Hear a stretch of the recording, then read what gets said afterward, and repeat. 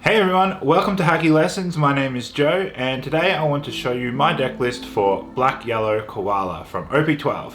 And we'll go over a little bit as well how it can be changed up for the OP13 support that revolutionaries get.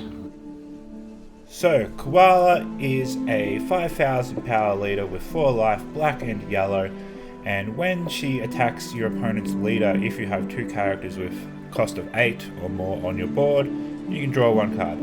And she also has a once per turn that will be activated if your opponent plays either a character with a base cost of 8 or more, or they play a character off another character's skill.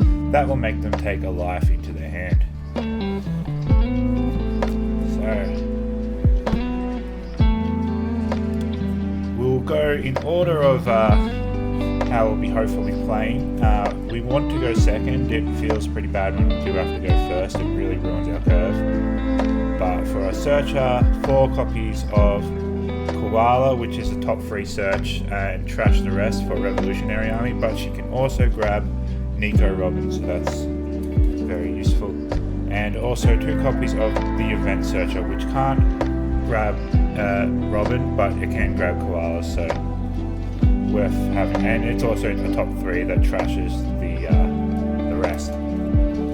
So on our second turn we should be on 4 Don, and our ideal play is Lindbergh, so 4 copies of Lindbergh, and he is on play, draw 1, trash 1, and that's pretty good. You want to feed your trash, so that's why I like Lindbergh.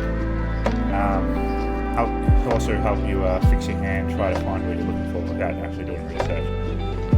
The other option is Hack, and he's 4 cost blocker that will gain 4 cost while it's on the board, and if your leader has a Revolutionary Army type, when it's KO'd you can KO one of your opponent's characters with an original cost of 4. So that is good in the mirror match because you can kill their Lindberghs or whatever.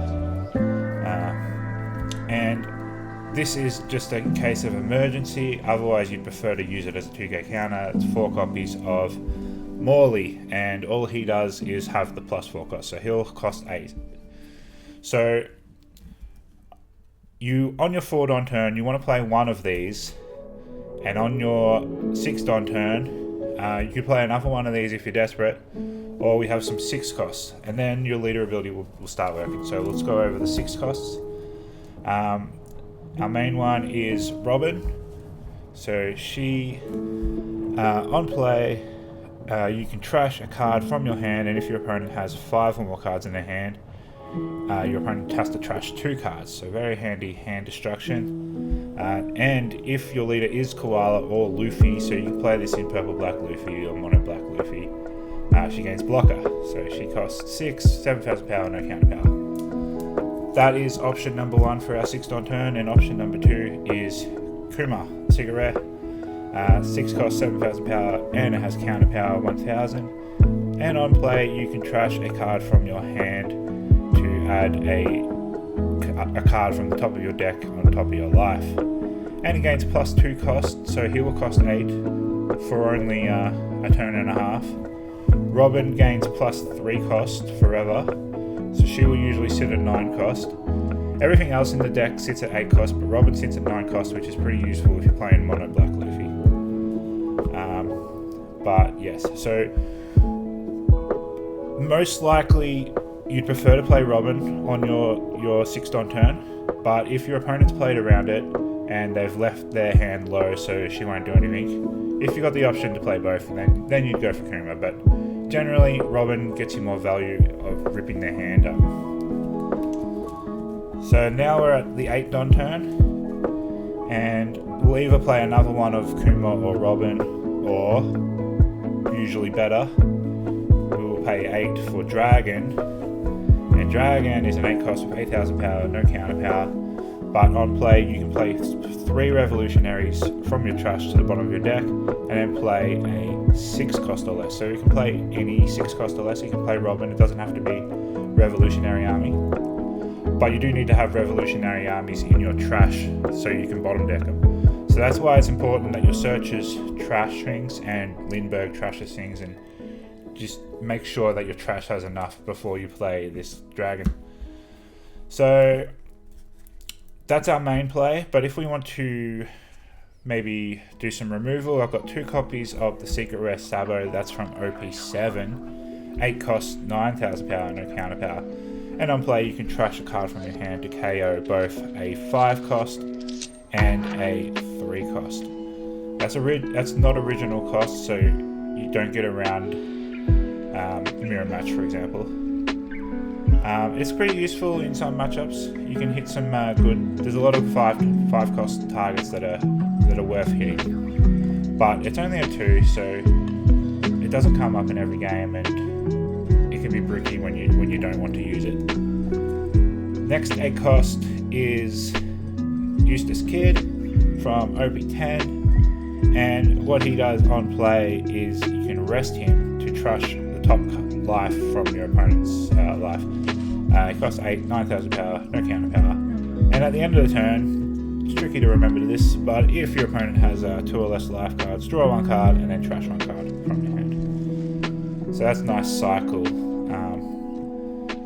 I find him very, I would say, rarely do I prefer to play him over in Dragon or Sabo.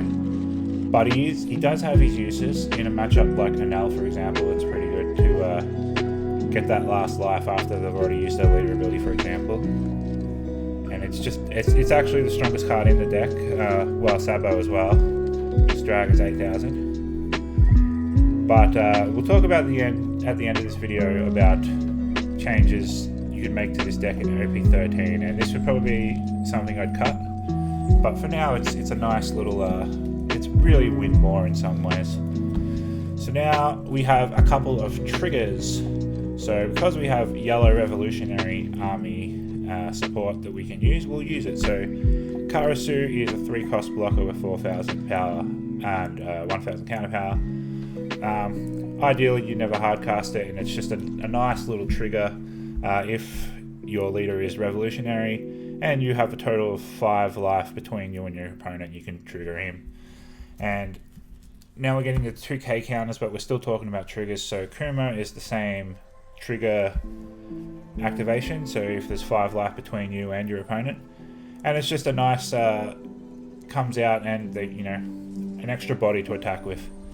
But usually you'll use him as a 2k counter. And going into some more 2k counters, obviously we had Morley back there, and I've put in Perona. It's really a holdover from when I was leaning more into the hand destruction stuff with the Robin. I had some puddings in here for a little bit when I was testing. When PRB2 comes out, I will swap this out for Sabo. But for now, it's nice little. It's a 2k, and occasionally you might play it to make your opponent trash card in your hand. But it's when I can get that PRB2 Sabo, that will be better. And final card in the list is Hair Removal Fist, and this requires you to have an 8 cost revolutionary on board to change it from being a 2k counter into a 4k counter for 1 cost. It's important to remember it specifically wants an 8 cost revolutionary, so if you have the Kid on board or even Robin and that's all you don't have any revolutionaries, it won't work. So you need to have Lindbergh or Dragon or Kuma. Kuma doesn't stay 8 costs, so you need to keep that in mind as well. That is the deck list. Like I said, once PRB2 is out, I will replace the Perona 2Ks for Sabos, which are basically a black version of the Raid Suit Sanji 2K. So it's a 6 cost blocker with 6,000 power, and it can be played for a reduced cost of 3 if you have 15 cards in trash. If you play a few dragons, you may have a hard time having enough in trash to fulfill this, but it can be played off Dragon himself regardless. And anyway, it is a searchable 2k and a handsome looking card to boot.